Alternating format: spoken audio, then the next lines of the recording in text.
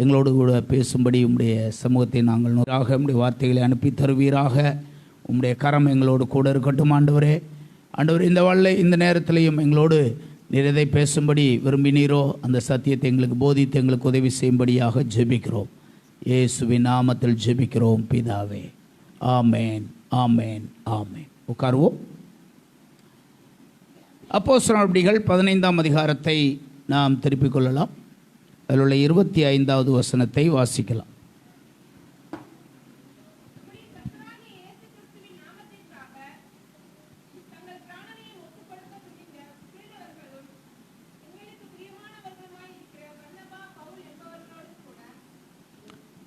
இந்த வசனத்தில் 2 நபர்களுடைய பேர் சொல்லப்பட்டிருக்கு. அதில் முதல்ல வருகிறவன் பர்னபா, இரண்டாவது வருகிறவன் பவுல்.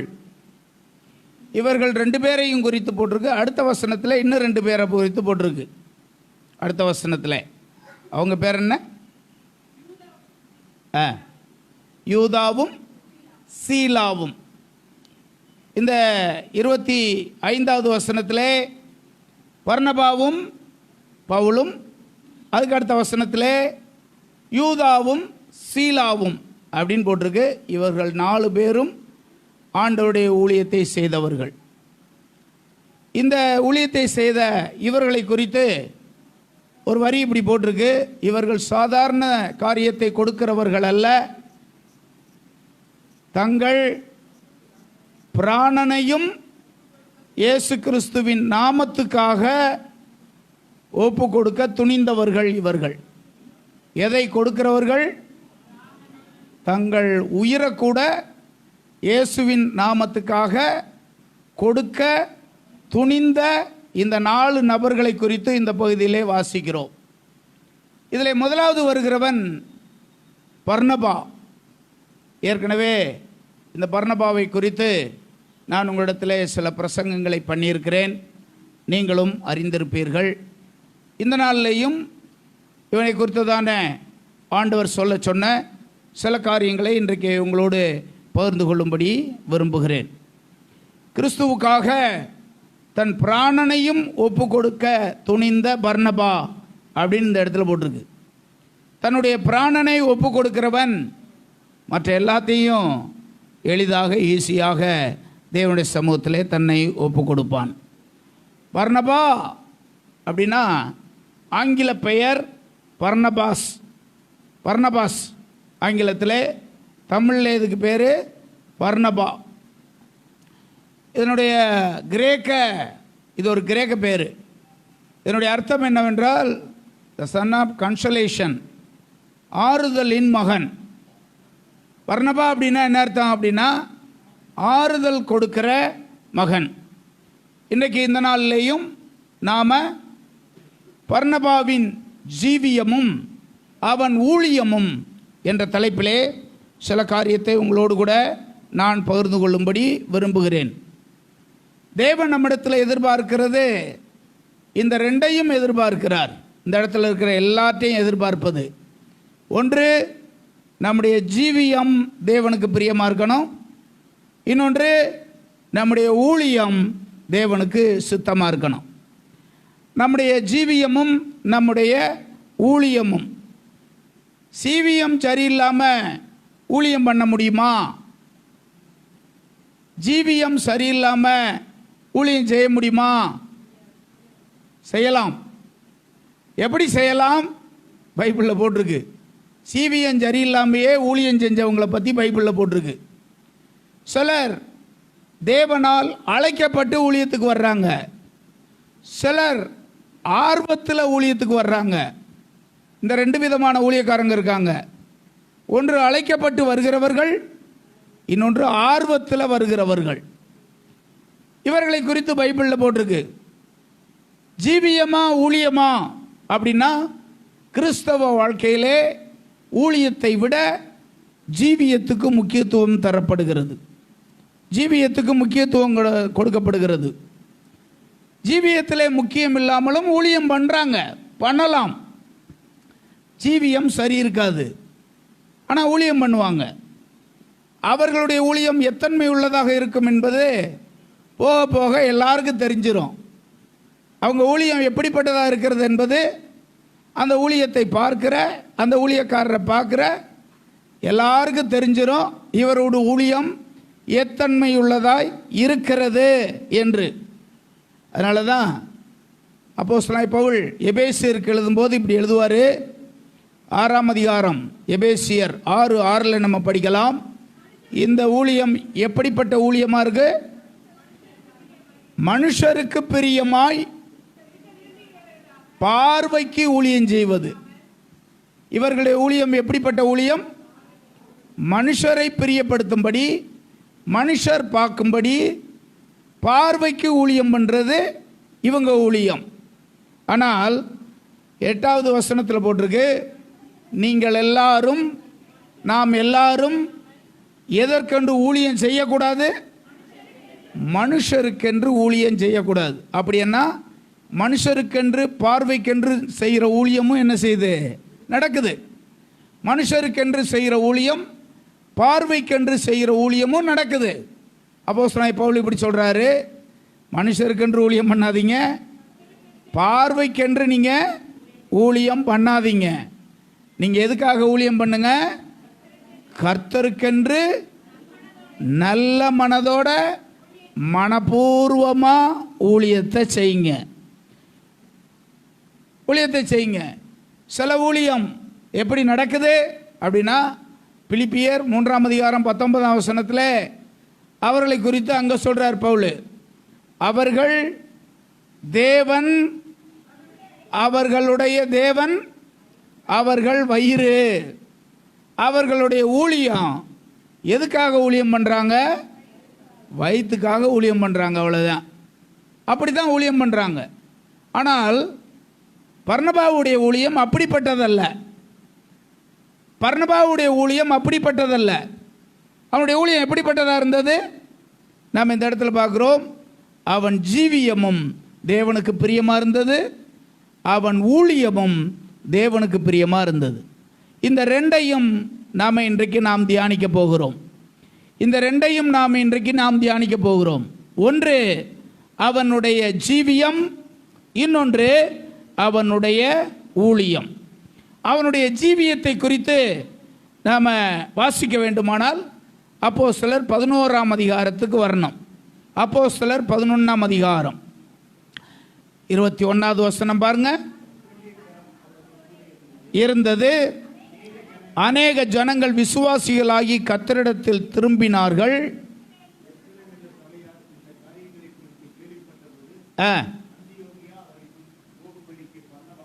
எருசலேமில் உள்ள சபையார் இந்த காரியங்களை குறித்து கேள்விப்பட்ட போது அந்தியோகியா வரைக்கும் போகும்படி பர்னபாவை அனுப்பினார்கள். அடுத்த வசனம், அவன் போய் சேர்ந்து தேவனுடைய கிருபையை கண்டபோது சந்தோஷப்பட்டு கர்த்தரிடத்தில் மன நிர்ணயமாய் நிலைத்திருக்கும்படி எல்லாருக்கும் புத்தி சொன்னான் அப்படின்னு போட்டிருக்கு. அவனுடைய ஜீவியத்தை குறித்து இந்த இடத்துல போட்டிருக்கு. அவன் நல்லவனும் பரிசுத்த ஆவியினாலும் விசுவாசத்தினாலும் நிறைந்தவனுமாயிருந்தான். எனவே அநேக ஜனங்கள் கர்த்தரிடமாய் சேர்க்கப்பட்டார்கள். பைபிளிலே நல்லவன் அப்படின்னு பேர் எடுத்தவன் இவன். பவுலுக்கு ஞானஸ்நானம் கொடுத்த அனனியாவை குறித்தும் பவுல் அங்கே பைபிளில் சொல்லியிருக்கு, அவன் நல்லவன் அப்படின்னு போட்டிருக்கு. இந்த பர்னபாவை குறித்து வேதத்தில் போட்டிருக்கு, அவன் நல்லவன் அப்படின்னு போட்டிருக்கு. இதுதான் அவனுடைய ஜீவியத்தின் மூலமாக தேவனுடைய ஆவியானவர் இந்த இடத்துல எழுதி வச்சிருப்பது. அவன் நல்லவன் அப்படின்னு போட்டிருக்கு. எந்தெந்த விதத்திலெல்லாம் நல்லவனாக இருந்தான் அப்படின்னு சில காரியங்களை நாம் தியானிக்க போகிறோம் இன்றைக்கு. இந்த பர்னபாவை குறித்து, இவனுடைய பெற்றோரை குறித்து நமக்கு விவரம் இல்லை, இவன் குடும்பத்தை குறித்தும் நமக்கு ஒரு விவரமும் இல்லை. ஆனால் அவன் தனிப்பட்ட வாழ்வை குறித்தும் ஊழியத்தை குறித்தும் அப்போஸ்தலர் நடவடிக்கைகளிலேயும் நிருபங்களிலேயும் சில காரியங்கள் இந்த மனுஷனை குறித்து ஆவியானவர் நமக்கு எழுதி வச்சிருக்கிறார். இன்றைக்கு நம்ம மத்தியில் நிறுத்த போவது, இந்த பர்னபாவை உங்களுக்கு முன்னே நிறுத்தி உங்களிடத்தில் ஆவியானவருடைய துணை கொண்டு அந்த மனிதனை நான் உங்களுக்கு காண்பிக்க போகிறேன். பழைய ஏற்பாட்டிலே போன வாரத்திலே ஒரு மனிதனை குறித்து நம்ம படித்தோம். பழைய ஏற்பாட்டிலே ஆரோனுடைய குமாரனாகிய எலெயாசாரை குறித்து பார்த்தோம். இன்றைக்கு நான் புதிய ஏற்பாட்டிலே வாழ்ந்த ஒரு தேவனுடைய மனுஷனை குறித்து உங்களோடு சில காரியங்களை பகிர்ந்து கொள்ளும்படி விரும்புகிறேன். ஒன்று, இந்த மனிதனை குறித்து போட்டிருக்கு. நான் முதலாவது சொன்னேன், பர்னபாவும் அவனுடைய ஜீவியமும். இதை முதல்ல பார்க்க போகிறோம். இரண்டாவது, பர்னபாவும் அவன் ஊழியமும். அதை ரெண்டாவது பார்க்க போகிறேன். அதை நாம் தியானிக்க போகிறோம். முதலாவது, பர்னபா நல்லவன் அப்படின்னு பைபிளில் போட்டிருக்கு. எதிலெல்லாம் அவன் நல்லவனாக இருந்தான் என்று சில வசனங்களை உங்களுக்கு சுட்டி காண்பிக்கும்படி விரும்புகிறேன். இந்த பர்னபாவை குறித்து ஆரம்பத்திலிருந்து நான் இப்போ வரப்போகிறோம். அப்போஸ்தலர்கள் தான் அவனுடைய ஆரம்பம் போட்டிருக்கு. 4ஆம் அதிகாரத்தில் அவனுடைய ஆரம்பம் சொல்லப்பட்டிருக்கிறதை கவனிக்கிறோம். யார் இந்த பர்னபா? எந்த ஊர்க்காரர் இவர்? இவருடைய தன்மை என்ன, நிலைமை என்ன? அப்படி நல்லவன் என்று பெயர் சொல்லத்தக்க அளவுக்கு இவர் என்னத்தை செஞ்சார்? தேவன் இவர் மூலமாய் செய்த அற்புதமான செயல்கள் என்ன? எந்த அளவிற்கு அவர் உயர்ந்து நிற்கிறார் தன்னுடைய ஜீவியத்திலேயும் தன்னுடைய ஊழியத்திலேயும் என்று நாம் தியானிக்கும் போது பர்னபாவை குறித்து சில காரியங்களை நாம் அறிந்து கொள்ள முடியும். அப்போஸ்தலர் 4ஆம் அதிகாரம் 36ஆம் வசனம் 37ஆம் வசனத்தில் சில காரியங்களை இந்த இடத்துல நம்ம படிக்க முடியும். சீப்புரு தீவானும் லேவியனும் அப்போஸ்தலராலே ஆறுதலின் மகன் என்று அர்த்தங்கொள்ளும் பர்னபா என்னும் மறுபெயர் பெற்றவனாகிய யோசே. இவனுடைய 2 பேர் இந்த இடத்துல போட்டிருக்கு. இவனுக்கு இன்னொரு பெயர் யோசே. இவனுடைய பெயர் பர்னபா. பர்னபா என்றால் ஆறுதல் கொடுக்கிறவன் அப்படின்னு அர்த்தம். இவனை குறித்து நாம் அறிந்து கொள்கிறோம். இவன் எந்த தீவை சேர்ந்தவன்? சீப்புரு தீவு. சீப்புரு தீவு எந்த கடலில் இருக்குது? இந்த தீவு மத்திய தரை கடலில் இருக்குது. மத்திய தரை கடலில் நீங்கள் கடைசி மேப்பில் நீங்கள் பார்த்தீங்கன்னா பவுல் அப்போஸ்தலன் பிரயாணம் பண்ணின தேசங்கள் அப்படின்னு ஒரு மேப் இருக்கும். அப்போஸ்தலனாகிய பவுல் பிரயாணம் பண்ணின தேசங்கள் அப்படின்னு அந்த மேப்பில் எடுத்து நம்ம பார்த்தோம்னா இந்த தீவு எங்கே இருக்குது அப்படின்றத நாம் அறிந்து கொள்ளலாம். அதில் மெலித்தா தீவு இருக்கும், அதில் சீப்புரு தீவு இருக்கும். இதெல்லாம் மத்திய தரைக்கடலில் உள்ள தீவு. இந்த தீவை பற்றி நான் சொல்கிறேனே, அந்த சீப்புரு தீவை கண்டுபிடிச்சிட்டீங்களா? அதில் இருக்கிற சில பட்டணங்கள் பார்த்திங்கன்னா பாப்போ பட்டணம், சாலமி பட்டணம், இதெல்லாம் அந்த தீவில் உள்ள பெரிய பட்டணங்கள். அந்த பட்டணத்தில் அந்த காலத்தில் பணக்காரர்கள் வசிக்கிற ஒரு தீவு, பணக்காரர்கள் வசிக்கிற ஒரு இடம். குறிப்பாக இப்படி சொல்லுவாங்க, நம்முடைய மாவட்டத்தில், நம்முடைய தமிழ்நாட்டில் உதகமண்டலம் அல்லது நீலகிரியை போல ஃபுல்லாக பசுமை நிறைந்த இந்த எஸ்டேட்டு போல் இருக்கிற ஒரு ஏரியா அது. அப்படிப்பட்ட ஒரு செழிப்பான பகுதி இது.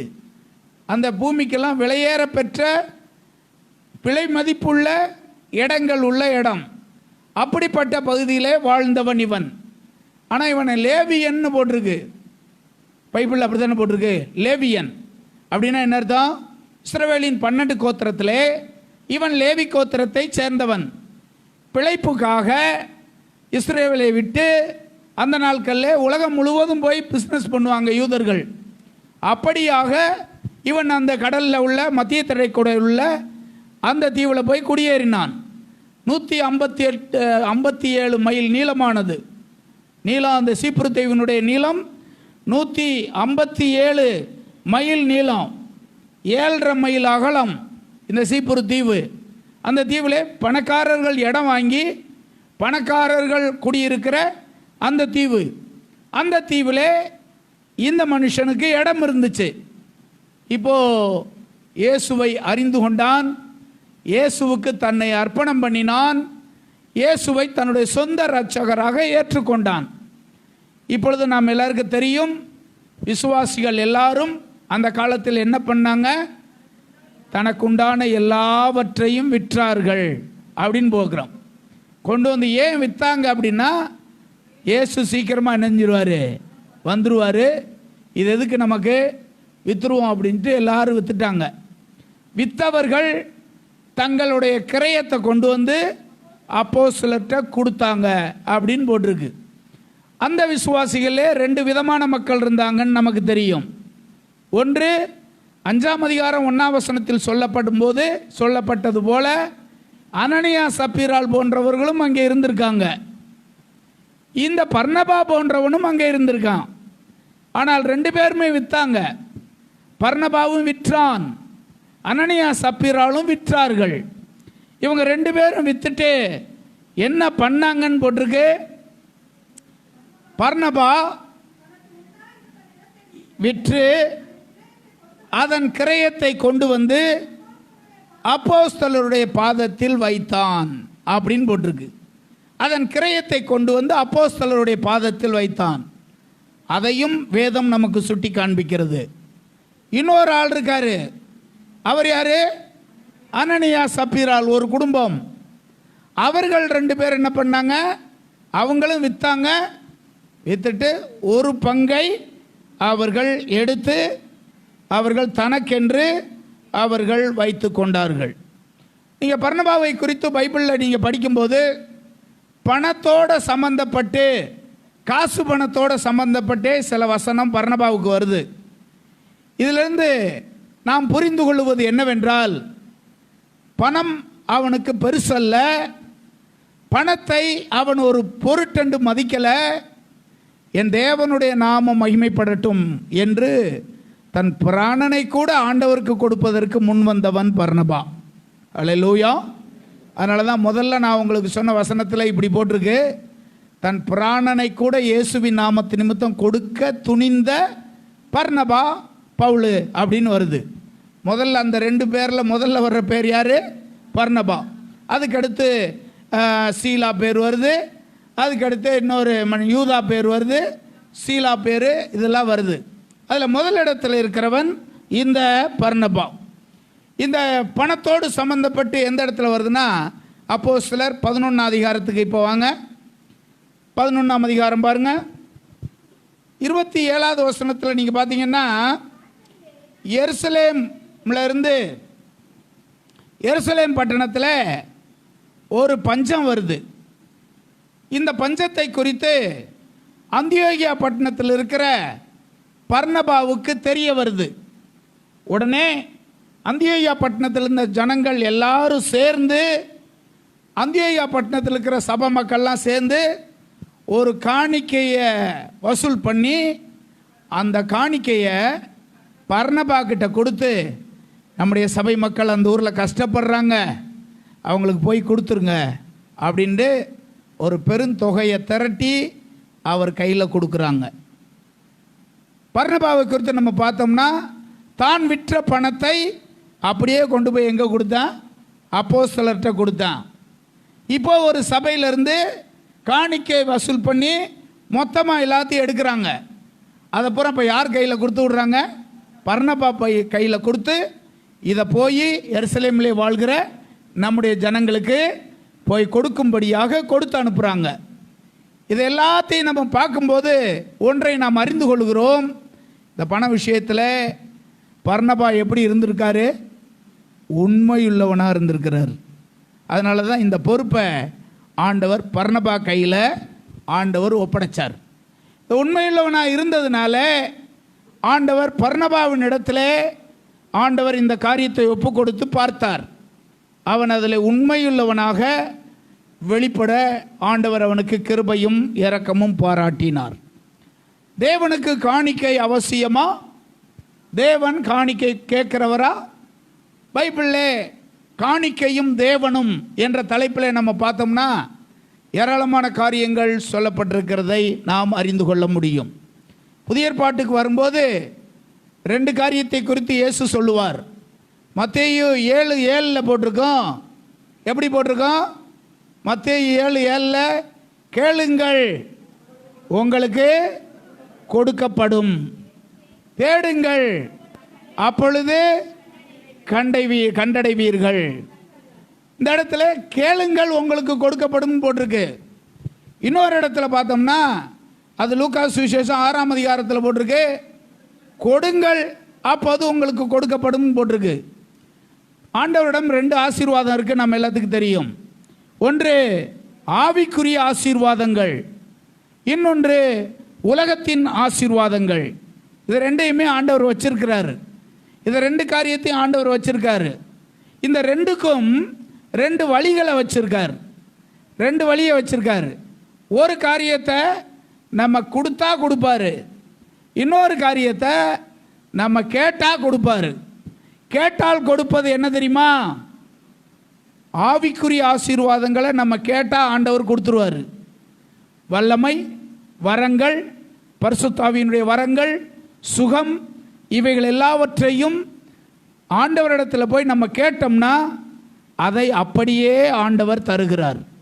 ஆனால் இன்னொரு காரியம் ஒன்று இருக்குல்ல, உலக பிரகாரமான ஆசீர்வாதங்கள். அதுக்கு என்ன சொல்லியிருக்காருன்னா, கொடுங்கள் அப்பொழுது நான் உங்களுக்கு கொடுப்பேன் அப்படின்னு ஆண்டவர் சொல்லியிருக்கார். கொடுங்கள் அப்பொழுது உங்களுக்கு கொடுக்கப்படும், கேளுங்கள் அப்பொழுது உங்களுக்கு கொடுக்கப்படும் அப்படின்னு 2 விதம் சொல்லப்பட்டிருக்குது. அப்படியானால் நாம் ஆசீர்வாதங்களை தேவனிடம் வந்து பெற்றுக்கொள்வதற்கு ஆண்டவர் 2 வழியை வச்சிருக்கார். ஒன்று கொடுத்து பெற்றுக்கொள்வது, இன்னொன்று கேட்டு பெற்றுக்கொள்வது. இந்த 2 வழியை ஆண்டவர் வச்சிருக்கிறார். தேவனும் காணிக்கையும் என்கிற தலைப்பில் நம்ம பார்த்தோம்னா, ஆசரிப்பு கூடாரம் நாம் போன வாரத்தில் சிந்தித்த அந்த பகுதியில் ஆண்டவரே மோசையை கூப்பிட்டு அவனுக்கு ஆசரிப்பு கூடாரத்தினுடைய மாதிரியை காமிச்சு இதை எப்படி நான் செய்ய வேண்டும் என்று மோசே ஆண்டவரிடத்தில் கேட்டபோது ஆண்டவர் சொல்கிறாரு, நீ போ, இதுக்குரிய எல்லா காணிக்கையும் என் ஜனங்கள்கிட்ட போய் வாங்கு அப்படின்னு ஆண்டவர் சொல்கிறார். 25ஆம் அதிகாரம் 2வது வசனத்தில் ஆண்டவர் அப்படி தான் சொல்கிறார். யாத்ராம புஸ்தகத்தில், நீ இஸ்ரவேல் புத்திரராகிய என் ஜனங்களிடத்தில் போய் காணிக்கையை கொண்டு வரும்படி அவர்களுக்கு சொல்லு அப்படின்னு சொல்லு. காணிக்கை கொண்டு வரும்படி அவர்களுக்கு சொல்லு. ஒரு போதகர் தன்னுடைய தலைமை போதகர்கிட்ட ஒரு நாள் இப்படி சொன்னாராம், பாஸ்டர், என்னுடைய மக்கள் ஏழ்மையாக இருக்காங்க, என்னுடைய ஜனங்கள் ஏழ்மையில் இருக்காங்க, அவங்கள்ட்ட காணிக்கை குறித்து நான் பிரசங்கம் பண்ணேன்னா மக்கள் என்னை தப்பாக நினச்சிக்கிடுவாங்க. அதனால் எங்கள் சர்ச்சுக்கு வாங்க பாஸ்டர், எங்கள் ஜனங்களுக்கு காணிக்கையை பற்றி பிரசங்கம் பண்ணுங்க பாஸ்டர், அவங்க யாருமே சரியாக காணிக்கை கொடுக்க மாட்டுறாங்க அப்படின்னு தலைமை போதகர்கிட்ட அவர் அந்த பெரிய பாஸ்டரை கூட்டிகிட்டு வந்து பேசுகிறதுக்காக சொன்னார். அவர் என்ன சொல்லி அனுப்புனார்னா, வாங்க, காணிக்கையை பற்றி பேசுகிறதுக்கு நீங்கள் பயப்படாதீங்க, இது உங்களுக்கு அல்ல கொடுப்பது. கொடுப்பது யாருக்காக? தேவனுடைய ராஜ்யம் கட்டப்படுவதற்காக கொடுப்பது. எல்லா காரியத்தையும் நீங்கள் எப்படி பிரசங்கம் பண்ணுறீங்களோ அதே போல் காணிக்கையை குறித்தும் நீங்கள் என்ன செய்யுங்க, பிரசங்கம் பண்ணுங்க. காணிக்கை குறித்தும் நீங்கள் தைரியமாக அவர்களுக்கு பிரசங்கம் பண்ணுங்க அப்படின்னு சொன்னாராம். சில வாரங்களுக்கு முன்னாடி நான் சொன்னது போல் பால்யாங்கிச்சோ உலகத்தின் பெரிய சபையினுடைய போதகர், புத்த மதத்திலிருந்து ரட்சிக்கப்பட்டவர், கொரியா தேசத்தில். அவர் ஊழியத்துக்கு வந்தபோது, அவர் சின்ன பையனில் ஆண்டோடைய ஊழியத்துக்கு வந்தபோது அவர் உள்ளத்தில் ரொம்ப தீவிரமாக ஊழியத்தை செய்ய வேண்டும் என்று இறங்கினார். உடனே என்ன பண்ணினார் அப்படின்னா, மக்களை கொண்டு வருவதற்கு தன்னுடைய வீட்டை விற்றார். அதுக்கான அந்த காரியத்தை ஊழியத்துக்காக செலவு பண்ணார். தன்னுடைய இடங்கள்லாம் விற்றார், தன்கிட்ட இருந்த எல்லாத்தையும் விற்றார். அதை பூரா வச்சு செலவு பண்ணி ஆண்டவருடைய ஊழியத்துக்காக எல்லாத்தையும் கொடுத்தாரு. மக்கள் வந்தாங்க, வாங்கினாங்க, சாப்பிட்டாங்க. சர்ச்சுக்கு யாரும் தொடர்ந்து வரல, அப்படியே போயிட்டாங்க. அவர் காணிக்கையை குறித்து பிரசங்கமே பண்ண மாட்டார் சபையில். ஆண்டவர்கிட்ட போய் ஒரு நாள் ஜெபம் பண்ணாராம், ஆண்டவரே, என்கிட்ட இருக்கிற எல்லாத்தையும் கொடுத்துட்டேன், இப்போ கொடுக்கறதுக்கு ஒன்றும் இல்லை. ஆனால் ஜனங்கள் கொஞ்சம் பேர் தான் இருக்காங்க, அவங்களுமே ஏழையாக தான் இருக்காங்க, அவங்க கொடுக்குறவங்க மாதிரி தெரியல. இப்போ அவங்களுக்கு கொடுக்கணும், நான் என்கிட்ட இருந்த புறத்தையும் கொடுத்துட்டேன், இப்போ நான் என்ன செய்ய அப்படின்னு இந்த போதகர் ஆண்டவர் நோக்கி பார்த்து கேட்டாராம். ஆண்டவர் சொன்னாரா, உன்னை இப்படிலாம் விற்று கொடுக்க சொல்லலை. நான் பைபிளில் என்ன சொல்லியிருக்கேன், என் ஜனங்கள் எனக்கு காணிக்கை கொண்டு வரும்படி அவங்களுக்கு சொல்லுன்னு தான் சொன்னேன். நீ கொடுக்கும்போது நான் பார்த்தேன், நீ எவ்வளோதான் கொடுக்குறேன்னு நான் பார்த்துக்கிட்டே இருந்தேன். உன்னால் எவ்வளோதான் கொடுக்க முடியுமோ நான் பார்த்துக்கிட்டு இருந்தேன். இப்போ எல்லாத்தையும் கொடுத்து முடிச்சிட்டியா? இப்போ என்ன செய்ய போகிற? உன் பாணியிலே ஊழியம் செஞ்சினாக்கா இது என்னுடைய சித்தம் அல்ல. மோசே செய்த பாணியை நீ பின்பற்றணும். அந்த பாணி என்ன? இந்த வாரம் போ, இருக்கிற ஜனங்களுக்கு நீ என்ன செய்ய? பிரசங்கம் பண்ணு.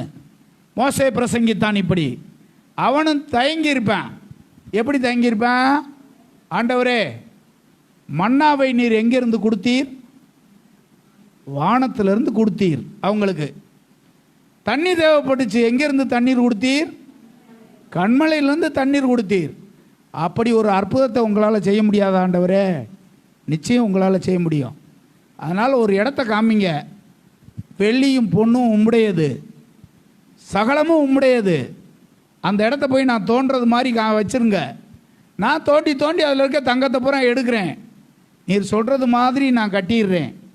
ஆசரிப்பு கூடாரத்தில் எத்தனை கிலோ தங்கம் உபயோகப்படுத்தப்பட்டது? 1000 கிலோ தங்கம். அவ்வளவு தங்கம் அதுக்கு தேவைப்பட்டது. வெள்ளிக்கு கணக்கில்லை, அவ்வளவு வெள்ளி தேவைப்பட்டது. இதெல்லாம் ஆண்டவருக்கு நிச்சயமாக செய்ய முடியும். அப்போது மோசே தயங்கி இருக்கலாம். என்ன ஆண்டவரே, இதை போய் மக்கள்கிட்ட நான் போய் எப்படி கேட்குறது, நான் எப்படி சொல்கிறது அப்படின்னு கூட தயங்கி இருக்கலாம். ஏனென்றால் உம்மால் எல்லாமே செய்ய முடியும். நீர் எல்லாரும் கொடுத்தீர். நீர் மண்ணா கொடுக்க வல்லவர். காடையை கேட்கும்போது காடையை கொடுக்க வல்லவர். நீர் தண்ணியை கேட்டாங்க, கண்மலையிலேருந்து தண்ணீர் கொடுக்க வல்லவர். எல்லாத்தையும் உம்மால் கொடுக்க முடியும் நிச்சயமாக. அதனால் இதையும் எப்படியாவது கொடுத்துருங்க ஆண்டவரே. மக்கள்கிட்ட போய் கேட்டால் ஒரு மாதிரி நினைப்பாங்களா இல்லையா அப்படின்னு யோசிச்சிருக்கலாம். ஆனால் அவன் அப்படி யோசிக்கலை. தேவன் என்ன சொன்னாரோ அதை ஜனங்களுக்கு போய் சொன்னான். பைபிளில் நம்ம பார்த்தோம்னா அது நிமித்தமாக அவர்கள் கடன்படவில்லை, அவங்க குறை போடவில்லை. தேவன் அவர்களோடு கூட இருந்து அவர்களுக்குரிய எல்லா காரியங்களையும் கர்த்தர் அவர்களை போஷித்து அற்புதமாய் வழி நடத்தினார். அல்லேலூயா! அற்புதமாக வழி நடத்தினார். சாரிபாத் ஊர் விதவையை குறித்து நம்ம எல்லாருக்குமே தெரியும். அந்த வீட்டுக்கு அனுப்பப்பட்ட தீர்க்கதரிசி யாரு? எலியா அனுப்பினார். ஆண்டவரே சொல்லிட்டாரு, அங்கே போ, அந்த விதவையை வைத்து நான் உன்னை போஷிப்பேன். அப்படி தான் சொன்னார். ஆண்டவரே, ஒரு பணக்கார வீட்டுக்கு அனுப்பக்கூடாது என்னைய? அந்த அம்மாவே எப்படிப்பட்டது? விதவை.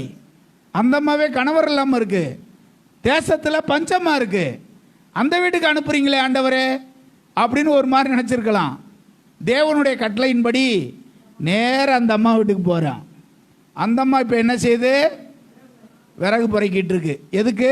அந்த அம்மா சொல்லுது, கொஞ்சமாகவும் கொஞ்சம் அப்பமும் இருக்கு, அதை சுட்டுட்டு சாப்பிட்டுட்டு சாகலாம்னு நினைக்கிறோம் அப்படின்னு தன்னுடைய பஞ்சத்தை சொல்லுது அந்த அம்மா.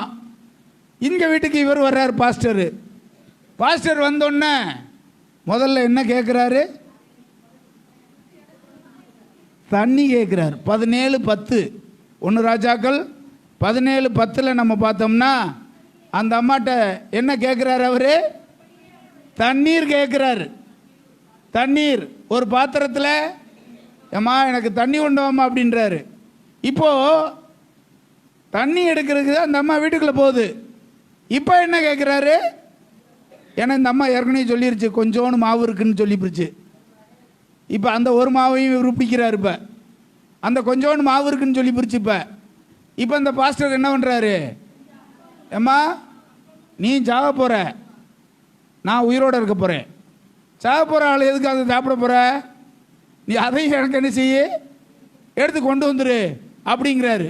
இதை பார்க்கும்போது நம்ம கொஞ்சம் வேடிக்கையாகத்தான் இருக்கும். இப்படிப்பட்ட ஒரு அம்மாட்ட போய் எந்த பாஸ்டராவது காணிக்க கேட்பாங்களா? இப்படிப்பட்ட ஒரு அம்மாட்ட எந்த பாஸ்டரும் காணிக்க கேட்க மாட்டாங்க.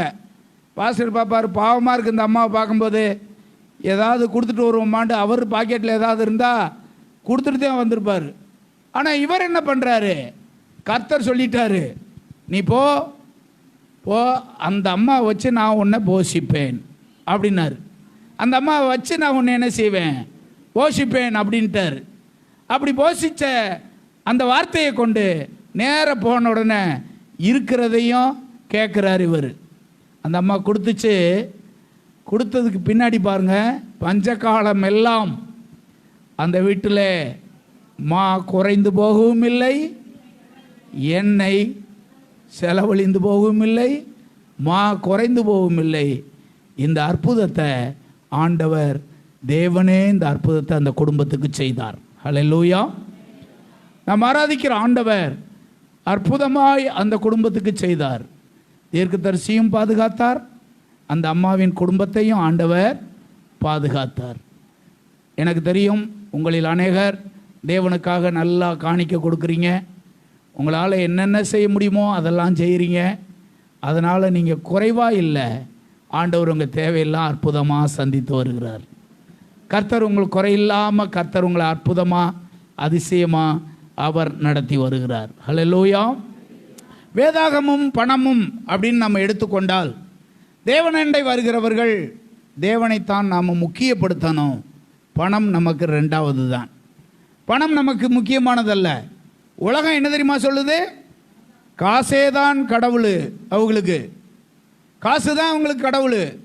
இந்த காசுக்காக பணத்துக்காக எதை வேணாலும் செய்வாங்க. ரொம்ப கஷ்டப்படுறாங்க, பணத்துக்காக சிரிக்கிறாங்க, பணத்துக்காக அழுகிறாங்க, பணத்துக்காக கொலை செய்கிறாங்க, பணத்துக்காக எதை வேணாலும் செய்கிறாங்க.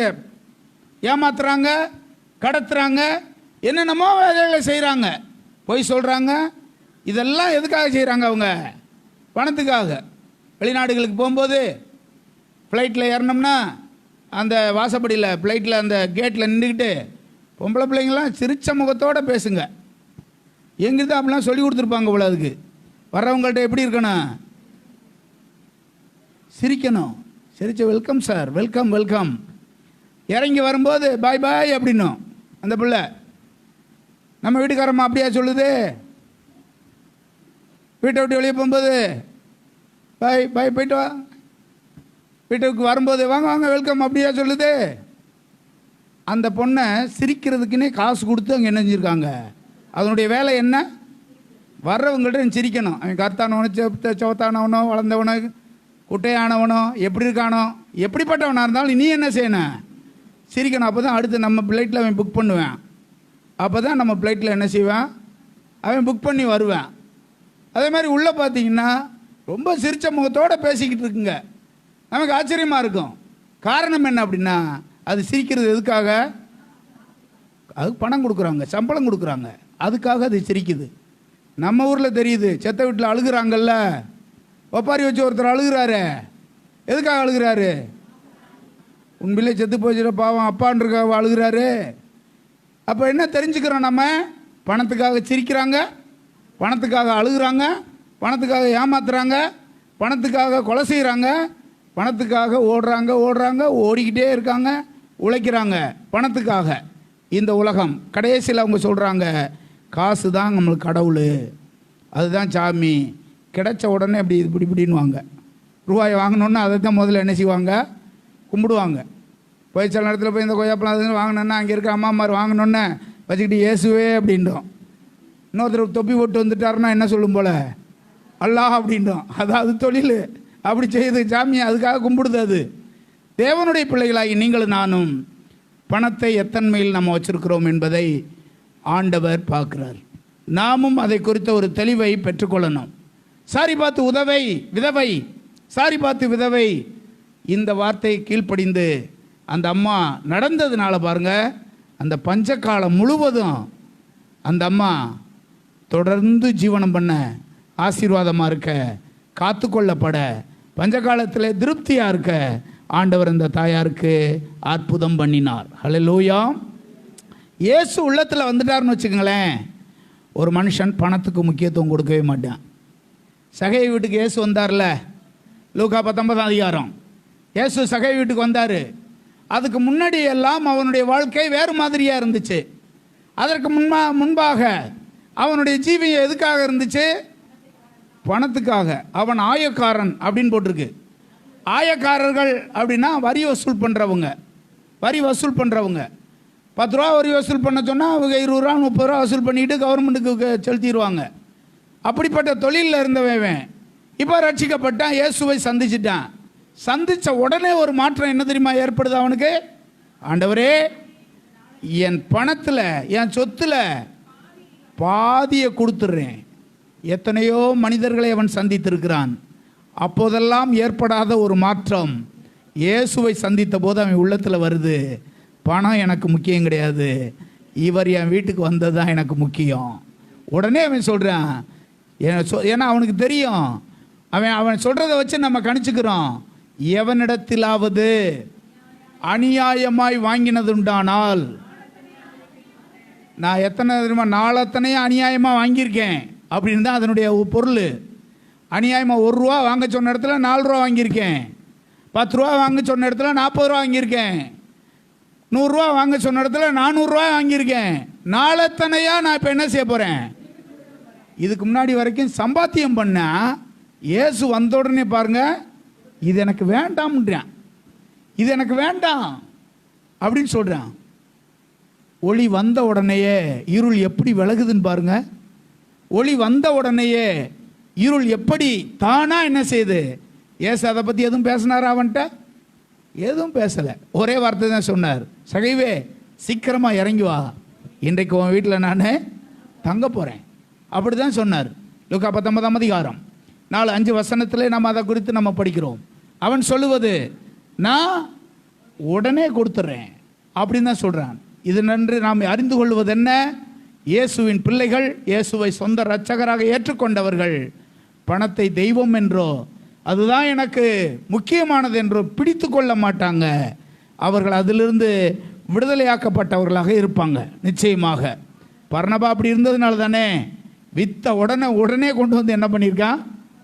அப்போஸ்தலர் பாதத்தில் கொண்டாந்து வச்சுட்டான். பேதுருவும் கூட பார்த்தீங்கன்னா லூக்கா 5ஆம் அதிகாரத்துக்கு இப்போது நம்ம வர்றோம். பேதுரு வெறுமையாய் வலையை அலசி கொண்டிருந்தான். பேதுரு மீன் பிடிக்க போய் முழுவதும் பிரயாசப்பட்டும் ஒன்றும் அகப்படாம எல்லாத்திலையும் வெறுமை உள்ளவனாய் அந்த இடத்துல இருந்தான். இயேசு அவனண்டை வந்தார். இயேசுவுக்கு தன்னுடைய படகை கொடுத்தான். அவர் படகுல இருந்து ஜனங்களுக்கு போதனை பண்ணினார் அப்படின்னு அந்த இடத்துல வரும்.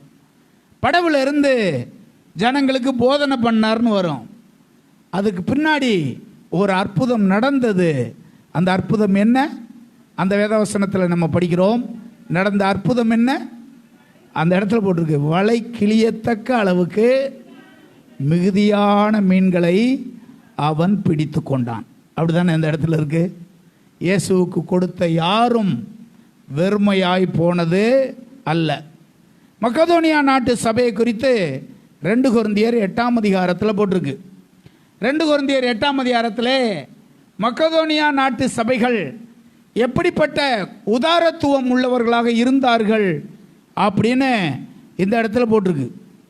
எப்படிப்பட்டவங்களா அவங்க இருந்தாங்க? அன்றியும் சகோதரரே, மக்கதோனியா நாட்டு சபைகளுக்கு தேவன் அளித்த கிருபையை உங்களுக்கு அறிவிக்கிறோம். அந்த நாட்டு சபைக்கு தேவன் அளித்த கிருபை என்ன? அவர்கள் மிகுந்த உபத்திரவத்தினாலே சோதிக்கப்படுகையில் கொடிய தரித்திரம் உடையவர்களாக இருந்தும் தங்கள் பரிபூர்ண சந்தோஷத்தினாலே மிகுந்த உதாரத்துவமாய் கொடுத்தார்கள்.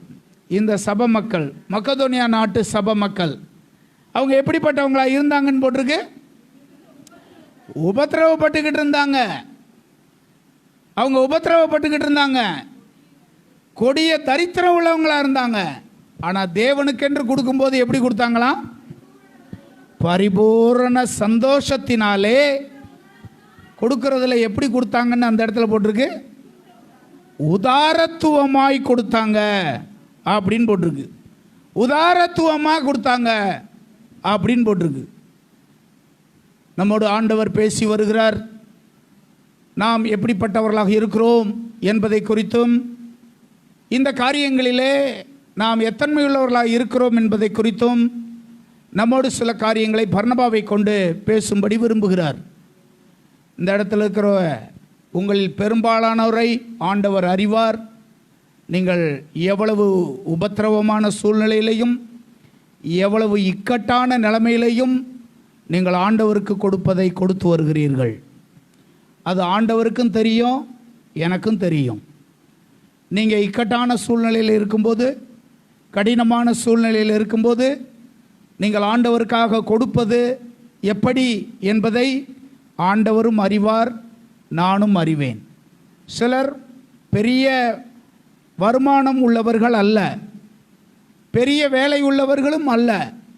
அப்படிப்பட்டவர்களும் கூட ஏதாவது ஒன்றை ஆண்டவருக்காக நான் செய்யணும் என்கிற அந்த வாஞ்சையினாலும் அந்த தாகத்தினாலும் ஆண்டவருக்காக கொடுத்து வருகிற உங்களுக்காக கர்த்தரை துதிக்கிறேன், ஆண்டவரை போற்றுகிறேன்.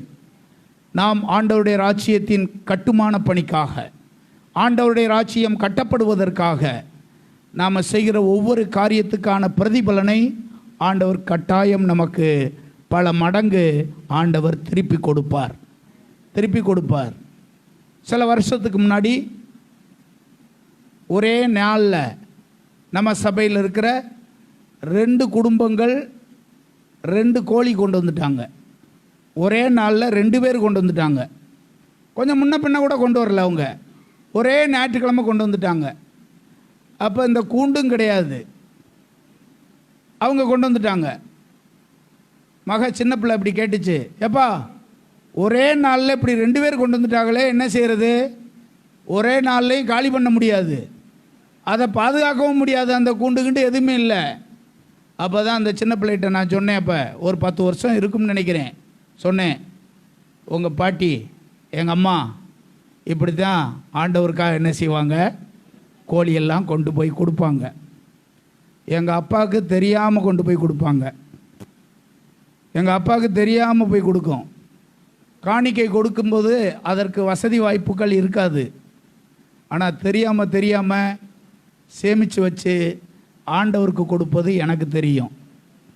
அப்போ சொன்னேன், ஆண்டவருக்கு நம்ம பாட்டி கொடுத்ததுனால ஆண்டவர் நமக்கு ஒரே நேரத்தில் இப்போ என்ன கொடுக்குறாரு, 2 சேர்த்து கொடுக்குறாரு அப்படின்னு சொன்னேன். இதெல்லாம் ஆண்டவர் பார்த்துக்கிட்டே இருப்பார். எங்கள் வீட்டிலையுமே ஆட்டுக்குட்டி கடவுளுக்காக கத்தருக்காக காணிக்கையாக கொடுத்துருக்காங்க, கோழியை கொடுத்துருக்காங்க, முட்டையை கொடுத்துருக்காங்க. எங்களுக்கு புளிய மரமெல்லாம் இருந்தது, இன்றைக்கும் இருக்குது. எங்களுக்கு நம்ம கூட்டத்துக்கு நாங்கள் பெரும்பாலும் புளியெல்லாம் காசுக்கு வாங்க மாட்டோம், அங்கேருந்து எங்களுக்கு ஊர்லேருந்து வந்துடும். கூட்டங்களுக்கு அதை தான் நாங்கள் எல்லாம் செலவு பண்ணுவோம் போடுறது. இன்னும் எங்களுக்கு மரமெல்லாம் அங்கே ஊரில் இருக்குது.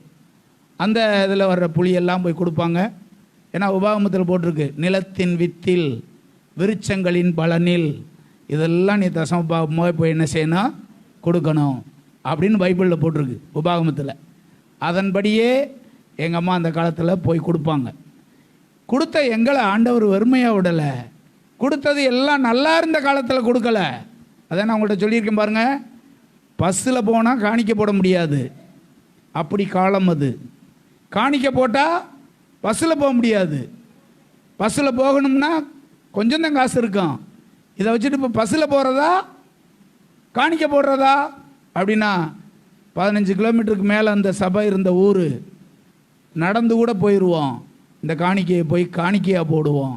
இப்படிப்பட்ட கடினமான காலம் அது.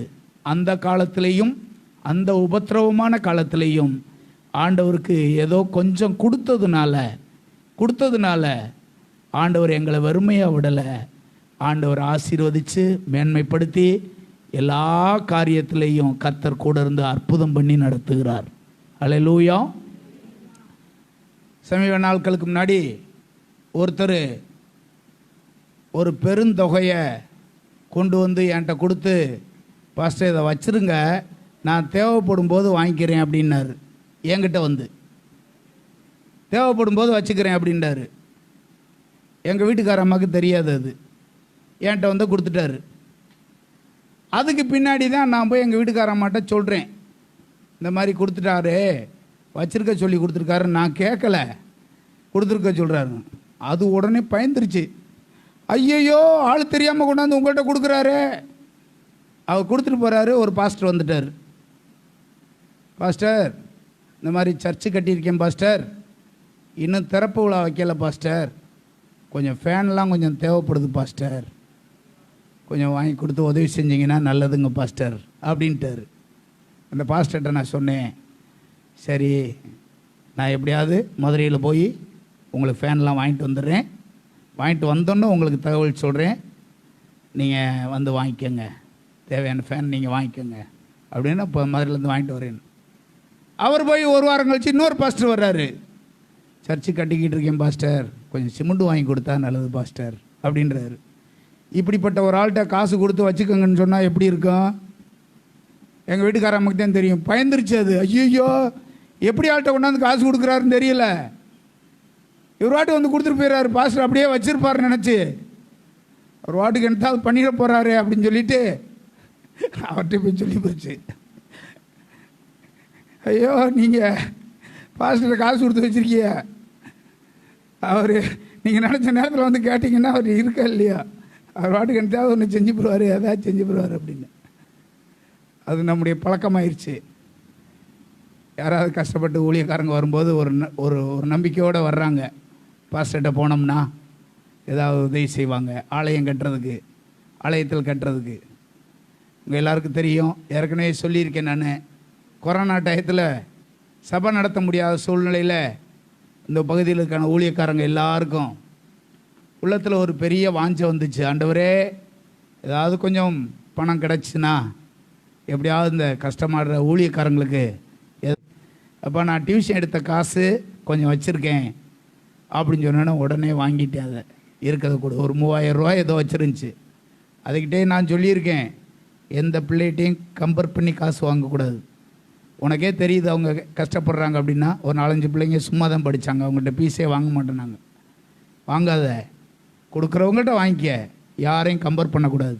ஒரு 10 பிள்ளைங்க படிப்பாங்க, யார் கொடுக்குறாங்களோ வாங்கிக்க, யார்கிட்டையும் கடினமாக கேட்கக்கூடாது நம்ம. ஏன்னா பைபிளில் போட்டிருக்கு, நீ ஏற்கனவே அடிமைத்தனத்தில் இருந்திருக்க, இஸ்ரவேலர்கிட்ட ஆண்டவர் பேசுவார், அதனால் அடிமையை எப்படி நடத்தணும், நீ ஏற்கனவே அடிமையாக இருந்திருக்கையில், நீ பார்த்துருக்கையில், அதெல்லாம் அதன்படி தான் உன்கிட்ட இருக்கிற அடிமைகளை நீ அப்படி தான் நடத்தணும்னு கர்த்தர் இஸ்ரவேலுக்கு சொல்லியிருக்காரு. இதை வச்சு தான் நானுமே சொல்லுவேன், யார்கிட்டையும் கம்பேர் பண்ணி வாங்காத, கொடுத்தா வாங்கிக்க, அப்படி தான் சொல்லுவேன். அப்படி வாங்கின காசு சேர்த்து வச்சுருக்கப்பான்னு சொல்லிச்சு. அதை அப்படியே வாங்கிட்டேன். வாங்கி உங்கள்கிட்டலாம் சொன்னேன், இந்த மாதிரி இருக்குது, நீங்கள்லாம் கொஞ்சம் உதவி செஞ்சீங்கன்னா நல்லது அப்படின்னு சொன்னேன். ஒரு குடும்பம் 5000 ரூபா கொடுத்தாங்க, ஒரு குடும்பம் 1000 2000 அப்படி இப்படின்னு செஞ்சு 20000 ரூபா சேர்ந்துருச்சு. இப்போது யாரும் வெளியே போக முடியாத சூழ்நிலை. நானும் சாமியலா யாரோ ஒரு தம்பியை கூட்டிகிட்டு இங்கேருந்து எழுமலை வரைக்கும் போனேன். அங்கே உள்ள பாஸ்டருங்கள்லேருந்து கல்லுப்பட்டி இங்கே உள்ள போய் அவங்களெல்லாம் வர சொல்லி அங்கே போய் ஒரு பாஸ்டர் இருக்கும், சில பாஸ்டருக்கு 1000 ரூபா, சில பாஸ்டருக்கு 500 ரூபா, அவங்களுடைய பொருளாதாரத்துக்கு ஏற்றபடி பிரித்து 20000 ரூபாயும் போய் கொடுத்துட்டு வந்தேன் எல்லாருக்கும்.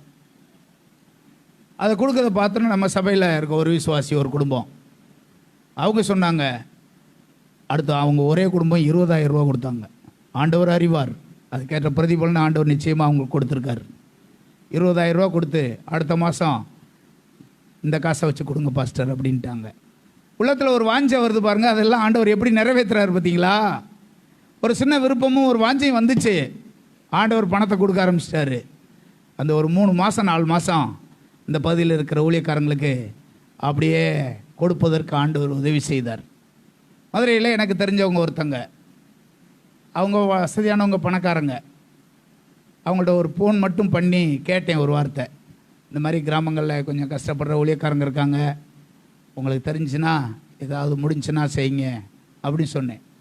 எனக்காக நான் அவங்கள்ட்ட ஒன்றையும் கேட்டது கிடையாது, அவங்க ஒரு காணிக்கை நமக்கு கொடுத்ததும் கிடையாது, கேட்டதும் கிடையாது. ஒரு ஃபோன் பண்ணி சொன்னேன், உடனே அவங்க பண்ணாங்க. எத்தனை பாஸ்டர் இருக்காங்க, எத்தனை பேர் இருக்காங்க, எல்லாம் மூடையில் கட்டி லாரியில் கொண்டு வந்து எல்லா சாமானையும் இறக்கிட்டு போயிட்டாங்க. எல்லா பாஸ்டரையும் வர சொல்லி எல்லா பாஸ்டருக்கும் ஒரு மளிகை சாமான், ஒரு மாதத்துக்குரிய அரிசி பருப்பு எல்லாத்தையும் கொண்டு வந்து லாரியில் வந்து இறக்கிட்டு போயிட்டாங்க. ஒரு மனுஷனுக்குள்ளே ஒரு தாகம் வந்துருச்சுன்னு வச்சுங்களேன், ஒரு விருப்பம், அது ஆண்டவர் எப்படியெல்லாம் நிறைவேற்றுறாரு பாருங்க. பஞ்ச காலத்திலேயே நீ அநேகரை போஷிப்பாயின்னு சொன்னது மாதிரி சபை நடத்தலை, இருந்தாலும் அநேகரை போஷிப்பதற்கு ஆண்டவர் உதவி செய்தார். என்னுடைய வாஞ்சையும் என்னுடைய விருப்பமும் வாங்குவதல்ல. நான் இந்த காணிக்கை சொல்கிறதுனால ஏதோ பாஸ்டருக்கு தேவை வந்துருச்சு போல, பாஸ்டருக்கு ஏதோ ப்ராப்ளம் வந்துருச்சு போல, அதான் காணிக்கையை பற்றி பேசுகிறாருன்னு யாரும் நினச்சிடாதீங்க. என்னுடைய விசுவாசம் வாங்குவதல்ல, ஆண்டவருக்காக கொடுப்பது. நம்ம இந்த இடத்துல இருக்கிற நம்முடைய சபையில் ஏறத்தாழ 50 குடும்பத்துக்கு மேலே நாம் இருக்கோம். இந்த 50 குடும்பத்தில்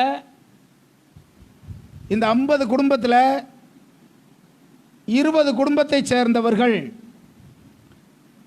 ஆண்டவருக்காக தசமபாகம் காணிக்கை கொடுக்கிற காரியங்களிலே 20 பேர் நீங்கள் தங்களுடைய கரத்தை நீட்டி கொண்டிருக்கீங்க. 20 குடும்பத்தை சேர்ந்தவங்க. மிச்சம் 30 குடும்பம் இருக்காங்கல்ல, இவர்கள் கதை என்ன அப்படின்னு பார்த்தோம்னா, வருஷத்துக்கு ஒரே ஒரு தரம் கொடுப்பாங்க. வருஷத்துக்கு ஒரு தரம். இந்த வருஷம் முடிஞ்சிருச்சுல, இப்போ புது வருஷம் ஆரம்பிச்சிருச்சு. உங்கள் குடும்பத்தின் சார்பில் ஒரு கணக்கு இருக்குது, உங்கள் பேரை போட்டு அதில் வச்சுருப்பேன். உங்கள் குடும்பத்தின் சார்பில் ஒரு கணக்கு இருக்கும். அந்த கணக்கில் ஒவ்வொரு மாதமும் கொடுக்குற உங்கள் தசமபாகத்தை பூரா அதில் கணக்கு எழுதி, ஏன்னா நான் தசமபாகம் கொடுக்குறேன்ல, எனக்கு வர்ற காணிக்கையிலேருந்து நான் தசமபாகம் கொடுப்பேன்.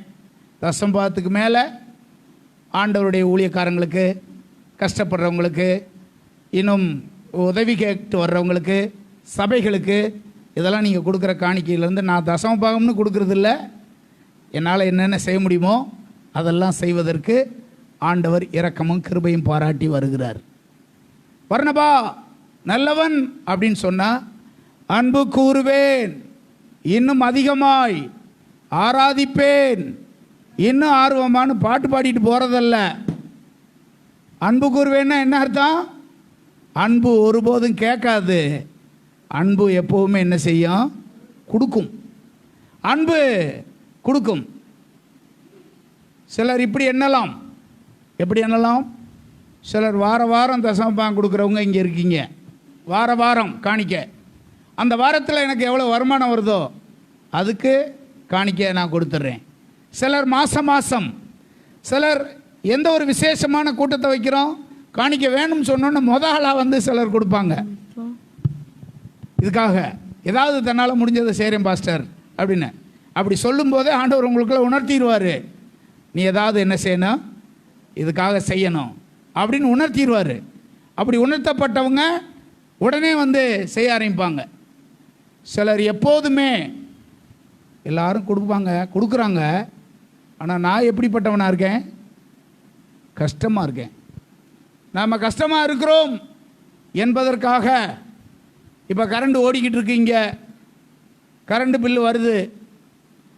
போய் இபி ஆஃபீஸில் போய் நீங்கள் இப்படி சொல்லி பாருங்கள், ஐயா எனக்கு நிறைய கடன் இருக்குது, பிள்ளைகுட்டிகளோட கஷ்டப்படுறேன், கரண்ட் பில்லு இவ்வளோ வந்திருக்கு, எனக்கு ஏதோ என்னால் முடிஞ்சதை நான் செய்கிறேன், கொஞ்சம் பார்த்து போடுங்க அப்படின்னு சொல்லிட முடியுமா? நம்ம இங்கேருந்து மெட்ராஸுக்கு போகிறதுக்கு ட்ரெயினில் ஏறுங்க, பஸ்ஸில் ஏறுங்க, அவங்கள்ட்ட போய் உங்கள் கதையெல்லாம் சொல்லுவீங்களா? டிரைவர்கிட்ட, கண்டக்டர்கிட்ட, ஐயா நான் கஷ்டப்படுற ஒரு ஆள், கடைங்கப்பு நிறையா இருக்குது, பிள்ளைகுட்டிகளை வச்சு கஷ்டப்படுறேன், அதனால் ஏதோ டிக்கெட்டில் கொஞ்சம் குறைச்சி போட்டுக்குங்க அப்படின்னு சொல்லி பாருங்கள்.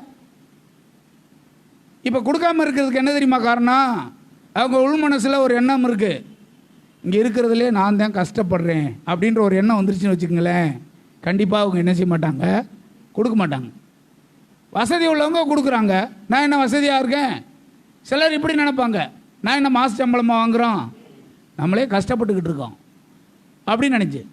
ஆனால் நாம் வாழ்கிறோம், சாப்பிட்றோம், உடுத்துகிறோம், ஊருக்கு போகிறோம், நல்லது கெட்டது செய்கிறோம், எல்லா காரியத்தையும் செய்கிறோம். ஆண்டவர் சிலரோட பேசிக்கிட்டு இருக்கார். ஆண்டவருடைய வார்த்தை சிலருக்கு வருது.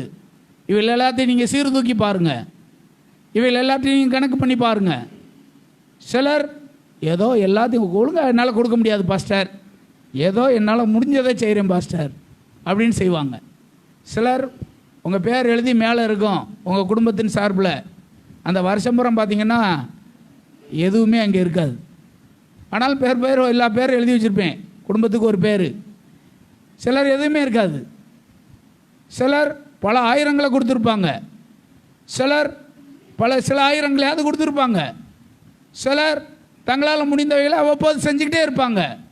ஆனால் சிலர் சபைக்கு வருவாங்க, ஆலயத்தில் உட்காருவாங்க, சேர்லேயோ பையிலையோ உட்காருவாங்க, ஃபேன் போட்டுக்குருவாங்க, லைட்டு போட்டுக்குருவாங்க, ஏதோ செஞ்சுட்டு போகிறேன் பாஸ்டர்னா வார்டு போயிட்டே இருப்பாங்க. வருஷ கணக்காக அப்படி இருக்காங்க. அவர்களுக்கு இந்த சத்தியத்தை நான் சொல்லணுமா இல்லையா? சொல்லணுமா இல்லையா? ஒரு சபையில் ஒரு பாஸ்டர்கிட்ட போய் ஒரு ஐயா கேட்டாராம், பாஸ்டர் கூட இந்த தசம பாகம்ன்றீங்களே அப்படின்னா என்னன்னு கேட்டாராம். 10 வருஷம் சபைக்கு வந்துட்டு 11ஆவது வருஷம் போய் கேட்டாராம். இப்போ அவருக்கு அப்படின்னா என்ன அர்த்தம்? அப்படின்னா என்னன்னு சொல்ல வேண்டியவர் யார்? பாஸ்டர் சொல்லலை. ஆனால் பொதுவில் இப்படி சொல்லியிருக்காரு. சிலர் இப்படி சொல்லுவாங்க, பாஸ்டர் காணிக்கப்பட்டியில் எதனால முடிஞ்சது போடுறேன், அது உங்களுக்கும் தெரிய வேண்டாம், கடவுளுக்கும் தெரிய வேண்டாம் அப்படின்னு போடுறவங்களும் இருக்காங்க. உங்கள் வீட்டில் 10 மாடு வளர்க்குறீங்கன்னு வச்சுக்கோங்க. ஒவ்வொரு மாட்டையும் குறித்து உங்களுக்கு கணக்கு தெரியும். இது எவ்வளோ பால் கிடக்கும் விற்கும்போது உங்களுக்கு தெரியும்ல, இது எத்தனை லிட்டர் பால் கறக்கும், இது எத்தனை லிட்டர் கிடக்கும். மெய்ப்பனுக்கு மந்தையை பற்றி கரெக்டாக தெரியும். அப்படி தெரிய வேண்டுமானால் உங்கள் காணிக்கையை நீங்கள் பாஸ்டருக்கு தெரிகிறது மாதிரி போட்டால் தான், கர்த்தருக்கும் அது தெரியும், பாஸ்டருக்கு தெரியும் மாதிரி போட்டால் தான் உங்களுக்காக ஜெபிக்கவும் நீங்கள் எத்தன்மையில் இருக்கீங்கன்றது தெரிந்து கொள்ளவும் அது உதவியாக இருக்கும். நிச்சயமாக உதவியாக இருக்கும். விதவி வீட்டுக்கு வந்த அந்த எலியாவினால் அந்த அம்மாவுடைய வீடு ஆசீர்வதிக்கப்பட்டு அந்த அம்மா பஞ்சகாலம் முழுவதும் போஷிக்கப்பட்டது. இஸ்ரவேல் ஜனங்கள் காணிக்கை கொண்டு வரும்படி ஆண்டவர் ஜனங்களுக்கு சொல்லும்படி 25:2 ஆண்டவர் திட்டமாக போதிச்சார். மோசே யாத்ராகமத்தில் அவன் போய் ஜனங்களுக்கு அதை சொன்னான். அவர்கள் எல்லாரும் அதை கொண்டு வந்தாங்க. சொல்லாமல் இவன், ஆண்டவரே எனக்கு நான் கேட்குறதுக்கு ஒரு மாதிரியா இருக்கு, நீங்கள் ஏதாவது வேறு அற்புதம் பண்ணுங்க அப்படின்னு போயிருந்தா தேவனுடைய திட்டத்தை அவர்கள் நிறைவேற்றி இருக்கவே மாட்டார்கள். முழு வேதாகமத்திலையும் யாத்ராகம புஸ்தகத்தில் 54 முறை அந்த யாத்ராகம புஸ்தகத்தில் 54 முறை கொண்டு வந்தார்கள்ன்ற வார்த்தை இருக்குது. 54 தரம் இருக்குது. கர்த்தருடைய கற்பனையின்படியே அவன் செய்தான் என்று பல இடத்துல நம்ம வாசிக்கிறோம். ஆகவே தேவனுடைய பிள்ளைகளாகிய நீங்களும் நானும் நம்மை நாமே சீர்தூக்கி பார்க்குறோம். ஒழுங்காக சபைக்கு வர்றாத ஆளுக்கு இது புதுசாக இருக்கும். ஒழுங்காக சபைக்கு வர்றாத ஆளுங்க நீங்கள் இதை கண்டுக்கிறாதீங்க. ஏனென்றால் சபைக்கு வர்றதே உங்களுக்கு பெரிய கஷ்டமாக இருந்துச்சுன்னா அடுத்த அடி எடுத்து வைக்கிறது, காணிக்க தசமம் பாகம்லாம் இன்னும் கஷ்டமாக இருக்கும் உங்களுக்கு. அதனால் உங்களை ஒன்றும் செய்ய முடியாது. ஒழுங்காக வருகிற ஜனங்கள் தேவனுக்காக கொடுக்கும்போது ஆண்டவர் நிச்சயமாய் ஆசீர்வதிப்பார். ஹல்லேலூயா. அப்போஸ்தலனாகிய பவுல் கொரிந்து சபைக்கு சொல்லும்போது 2 கொரிந்தியர் 18ஆம் அதிகாரம் 11ஆம் அதிகாரம் 2 கொரிந்தியர் 11:8 இப்படி சொல்லுவார். அந்த ஒரு வசனத்தை படிங்க. 11:8 பாருங்க. உங்களுக்கு ஊழியம் செய்யும்படிக்கு மற்ற சபைகளிடத்தில் சம்பளத்தை பெற்று காணிக்க வாங்குற ஆளு எப்படி சொல்றாரு? உங்களுக்கு ஊழியம் செய்யும்படிக்கு மற்ற சபையை நான் கொள்ளையடிச்சேன்றாரு. ஏன்னா அப்போஸ்தலனாகிய பவுல் பல சபைகளை நிறுவினார், பல சபைகளை ஏற்படுத்தினார். இப்படி ஏற்படுத்தினவர் சொல்றாரு, உங்கள்கிட்ட கொள்ளையடிச்சு நான் இன்னொரு சபைக்கு என்ன செய்கிறேன், உதவி செய்கிறேன் அப்படிங்கிறார். இதெல்லாம் வேதாகமத்திலே கொடுப்பதை குறித்ததான சத்தியங்கள் இவைகள். பர்னபா எத்தன்மை உள்ளவனாக இருந்தான். முதல்ல தனக்குரிய எல்லாவற்றையும் விற்று அவன் போய் என்ன செஞ்சான், அப்போஸ்தலர் பாதத்தில் வச்சான். 3 நாள் சாப்பாடு தர்றேன்னு சொல்லிட்டேன் உங்கள்கிட்ட. 3 நாளும் கூட்டத்தில் உங்களுக்கு 3 நாள் சாப்பாடு உண்டு அப்படின்னு சொல்லிட்டேன். கொஞ்சம் பணம் இருந்துச்சு. எல்லாம் முடித்த உடனே கணக்கு பண்ணி பார்த்தேன். 3 நாள் சாப்பாடு செலவு, டீ செலவு 11,400 ரூபா அதுக்கு செலவாச்சு. 11,400 ரூபா இந்த 3 நாள் கூட்டத்துக்கு. இப்போ என்கிட்ட கூப்பிட்டு கர்த்தர் உங்கள் தேவையை சந்திச்சாரா? ஆண்டவர் சாட்சியாக சொல்லுவேன், எல்லா தேவையும் ஆண்டவர்.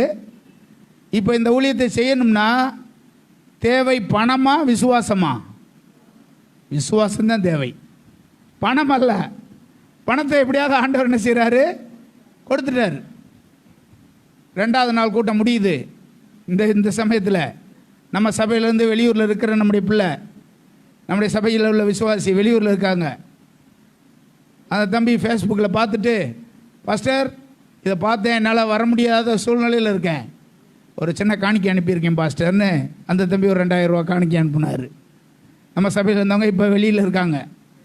பாஸ்டர் ஃபேஸ்புக்கில் பார்த்தேன் பாஸ்டர் நோட்டீஸை, சாப்பாடு கொடுக்குற மாதிரிலாம் போட்டிருக்கீங்களே பாஸ்டர், ஒரு காணிக்கை ஒன்று அனுப்பியிருக்கேன் பாஸ்டர். ஒரு 2000 ரூபா அனுப்புனார் அவர், நீங்கள்லாம் கொடுத்தீங்க.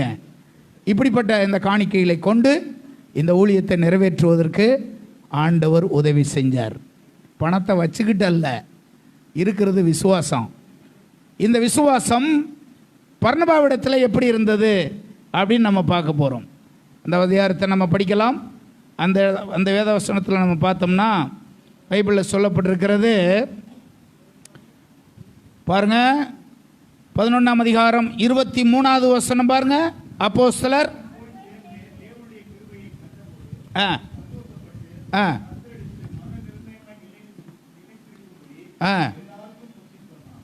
எல்லாருக்கும் புத்தி சொன்னான்.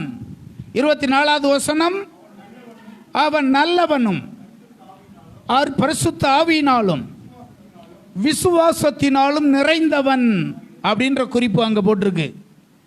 அவன் போய் எல்லாத்தையும் வித்துட்டு கொடுக்கணும்னா அவன்கிட்ட என்ன இருந்திருக்கணும்? நாளைக்கு என்ன செய்ய போகிறோம் அப்படின்ற எண்ணம் அனனியா சப்பிரால்கிட்ட இருந்துச்சு.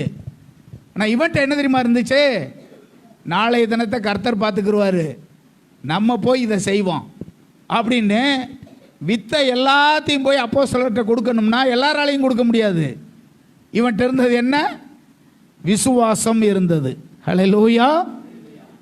அப்போஸ்தலன் பேதுரு சொல்லுவார், 1 பேதுரு 2ஆம் அதிகாரம் 6ஆம் வசனத்தில் சொல்லுவார், விசுவாசிக்கிறவன் வெட்கப்பட்டு போவது இல்லை.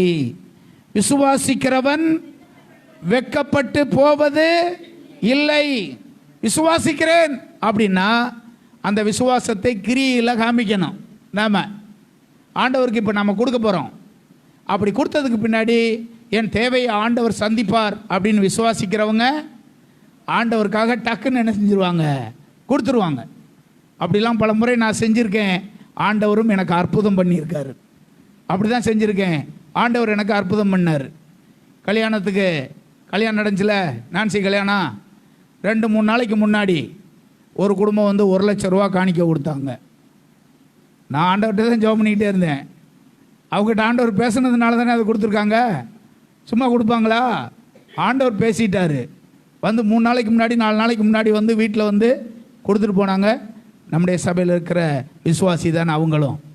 இதெல்லாம் எதுக்காக நான் சொல்கிறேன்னா, விசுவாசத்தில் நீதிமான் நிச்சயமாக பிழைப்பான் அப்படி தான் போட்டிருக்கு. நமக்கு எல்லாருக்கும் பேர் விசுவாசிகள். விசுவாசிக்கிற நம்மை ஆண்டவர் வெட்கப்படும்படி ஒருபோதும் செய்ய மாட்டார்.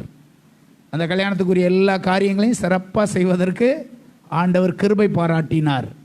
எனக்கு தெரியும், நான் ஆராதிக்கிற ஆண்டவர், நான் ஊழியம் செய்கிற கர்த்தர் என்னை ஒருபோதும் வெட்கப்படுத்த விடமாட்டார் அப்படின்னு. ஒருபோதும் வெட்கப்படும்படி செய்ய மாட்டார். அப்போ அதுக்காக என்ன? தேவன் எனக்கு அற்புதம் பண்ண வேண்டுமானால் நான் முதலாவது ஆண்டவருக்காக என்ன செய்ய போகிறேன்? கொடுக்க போகிறேன். யாக்கோபு 2ஆம் அதிகாரம் 26ஆம் வசனத்தில் சொல்லுவார்ல, யாக்கோபு 2:26 சொல்லுவார், கிரியை இல்லாத விசுவாசம் செத்தது. எபிரேயர் 10:38 போட்டிருக்கோம், தேவனுடைய மனுஷன் நீதிமான் எப்படி பிழைப்பான்? விசுவாசத்தினாலே பிழைப்பான். தேவனுடைய பிள்ளைகள் இந்த விசுவாசத்தை மட்டும் இழந்துடக்கூடாது. 2 தீமோத்தேயு 4:7 சொல்லுவார்ல, 2 தீமோத்தேயு 4:7 பவுல் சொல்றார்ல, நல்ல போராட்டத்தை போராடினேன், ஓட்டத்தை முடித்தேன், விசுவாசத்தை காத்து கொண்டேன். ஒரு 1000 ரூபா இருக்கு உங்கள்கிட்ட, 1000 ரூபாய்க்குரிய தேவையும் இருக்கு. கவனிங்க, 1000 ரூபா இருக்கு, 1000 ரூபாய்க்கும் தேவை இருக்கு. கரெக்டா? இப்போ நீங்கள் விசுவாசித்தால் அதில் 100 ரூபா எடுத்து ஆண்டவருக்கு கொடுத்துருவீங்க. ஆண்டவருக்கு விசுவாசித்தவங்களுக்கு மட்டும்தான் செய்ய முடியும். இல்லைன்னா தேவைதான் நமக்கு பயங்கரமாக இருக்கே, என்ன செய்யறது? விசுவாசிக்கிறவர் அதுலேருந்து 100 ரூபா எடுத்து ஆண்டவருக்காக கொடுத்துருவார். மிச்சம் உள்ள 900 ரூபா இருக்குது பார்த்தீங்களா, அதில் ஆண்டவர் உங்களுக்கு அற்புதம் பண்ணுவார். அந்த தேவையெல்லாம் கர்த்தர் அற்புதமாக உங்களுக்கு நிச்சயமாக சந்திப்பார். இதுதான் விசுவாசம். நிறைய வரட்டும் அப்புறம் கொடுப்போம் அப்படின்னு நினச்சிக்கிட்டு இருந்தோம்னா நாம் ஒருபோது என்ன செய்ய மாட்டோம்? கொடுக்க மாட்டோம். பவுல் அதை பர்னபா அதை செய்திருக்கிறான் என்றால் முதலாவது விசுவாசித்தான். விசுவாசத்தினாலே தான் விற்ற எல்லாத்தையும் கொண்டு போய் என்ன செஞ்சான்? கொடுத்தான். இவன் உண்மையில்லவனாக இருந்ததுனால தான் இந்த பொறுப்பை கூட வந்துட்டு ஒப்படைச்சாங்க. அந்தியோகியா சபையிலேருந்து பணம் கொடுத்து விட்றாங்க. எருசலேமில் பஞ்சம் வந்துருச்சு. அகபு தீர்க்கதரிசி சொன்னது போல் அந்த தேசம் எங்கும் பஞ்சம், அந்த மக்களுக்கு உதவும்படியாக அந்தியோகியா சபையிலேருந்து எருசலேமுக்கு பணத்தை கொடுத்து விட்றாங்க. 2 ஊருக்கும் இடைப்பட்ட தூரம் இருக்குது பாருங்கள், அது 600 மைல். 600 மைல் தூரத்தில் இந்த சேகரித்த காணிக்கையெல்லாம் கொண்டு போய் அந்த மக்களுக்கு அன்றைக்கு உதவி செய்தான் இந்த பர்னபா. ஆகவே இதை அவனால் எப்படி செய்ய முடிந்தது அப்படின்னா விசுவாசத்தினாலே செய்தான். ஆண்டவர் உங்களோடு கூட பேசி வருகிறார். இன்றிலிருந்து விசுவாசிங்க.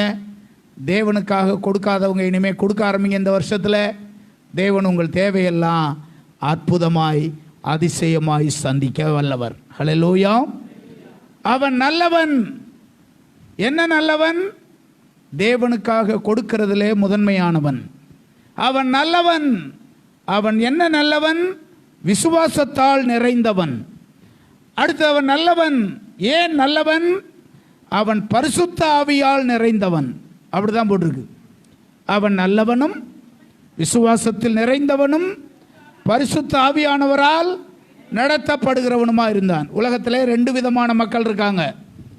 ரோமர் 8ஆம் அதிகாரம் 1 வசனத்திலே 2 விதமான மக்களை குறித்து நாம் படிக்கிறோம். ஒன்று மாம்சத்தில் நடக்கிறவர்கள், இன்னொன்று ஆவியின்படி நடக்கிறவர்கள்.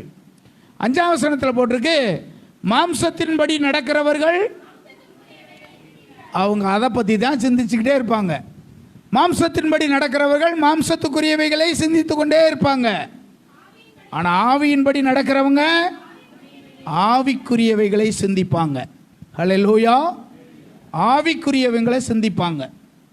மாம்சத்தின்படி நடக்கிறவங்க, ஆவியின்படி நடக்கிறவங்க. பர்னபா எதன்படி நடக்கிறவன்? ஆவியானவரால் நடத்தப்படுகிறவன். அதனால தான் அவனை குறித்து போட்டிருக்கு பரிசுத்த ஆவியினால் நிறைந்தவன் அப்படின்னு அந்த 24ஆம் வசனத்தில் போட்டிருக்கு.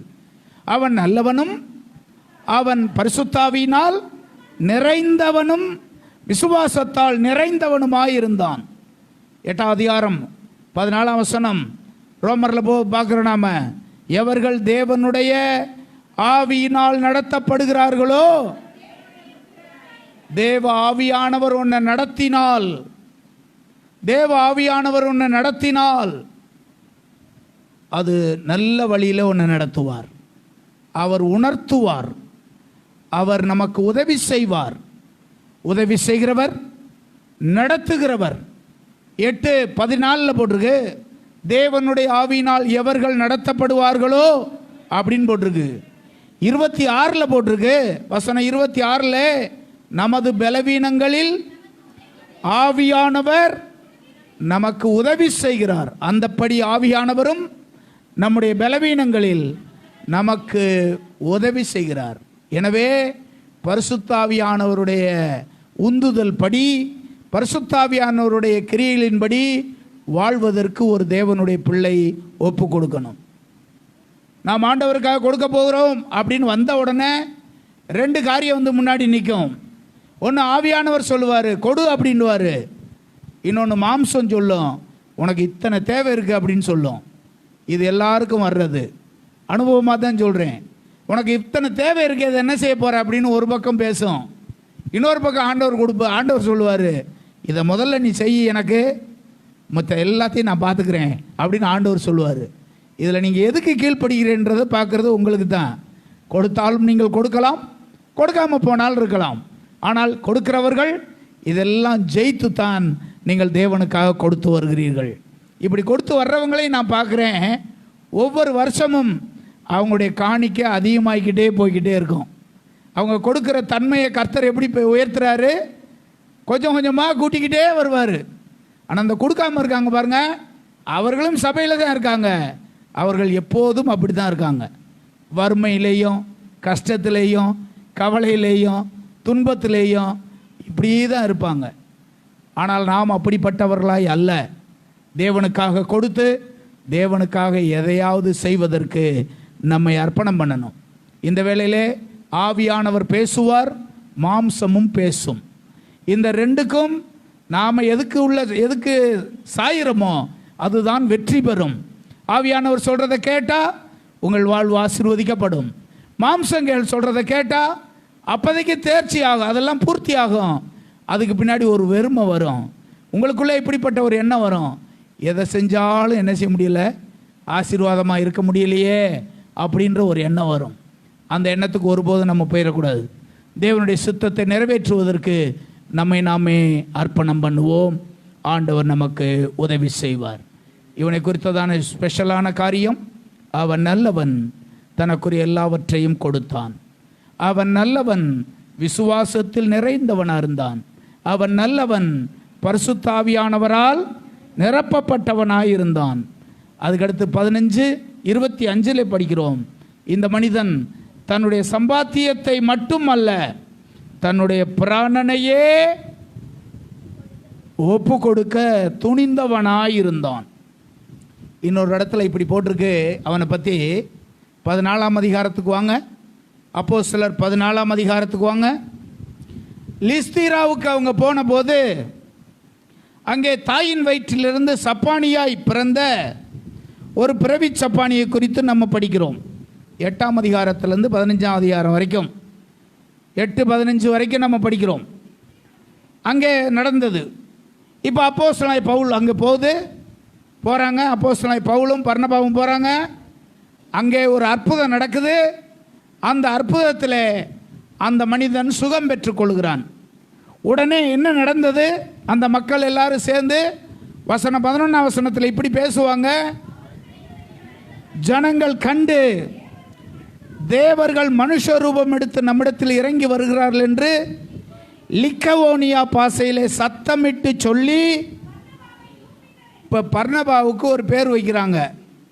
அது அவங்க சாமி பேர். இப்போ பர்னபாவை கடவுளாக்கிடுறாங்க. யூபிட்டர், ஆங்கிலத்தில் ஜூபிட்டர் அப்படின்வாங்க. அதுதான் அவங்களுடைய கடவுளுடைய பேர். இந்த அற்புதம் நடந்த உடனே பர்னபாவை இப்போ என்ன பண்ணுறாங்க, கடவுளுக்கு ஸ்தானத்தில் கொண்டு வர்றாங்க. பவுல் பிரசங்கத்தை நடத்தினபடியினால் அவனுக்கு ஒரு பேர், சாமி பேர் வைக்கிறாங்க, மெர்க்குரி அப்படின்ற பேர் வச்சிடுறாங்க. இந்த ரெண்டையும் அவங்க செஞ்ச போது இவர்கள் என்ன தெரியுமா செஞ்சாங்க? 14ஆம் வசனம் பாருங்க.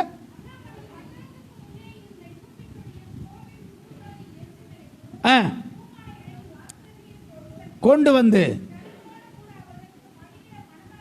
பலியிட மனதாக இருக்கிறாங்க. இப்போ பலியிட மனதாக இருக்கிறாங்க. அந்த குலசாமி கோயிலுக்கு கொண்டு போய் அந்த கோயிலுடைய சாமியுடைய பேரையே இவங்களுக்கு வச்சு, இவங்களுக்கு பூ மாலையெல்லாம் கொண்டு வந்து கழுத்தில் போட்டு மேன்மைப்படுத்துகிறாங்க. இப்பொழுது இவங்க 2 பேர் எப்படி இருந்தாங்கன்னு பாருங்க. இப்போ இவங்க என்ன செஞ்சாங்களாம், தங்கள் வஸ்திரங்களை கிழித்து கொண்டு, பர்னபாவும் பவுலும் அதை கேட்ட பொழுது வஸ்திரங்களை கிழித்து கொண்டு கூட்டத்துக்குள்ளே ஓடி உரத்த சத்தமாய், மனுஷரே ஏன் இப்படி செய்கிறீர்கள்? நாங்களும் உங்களைப் போல பாடுள்ள மனிதர் தானே.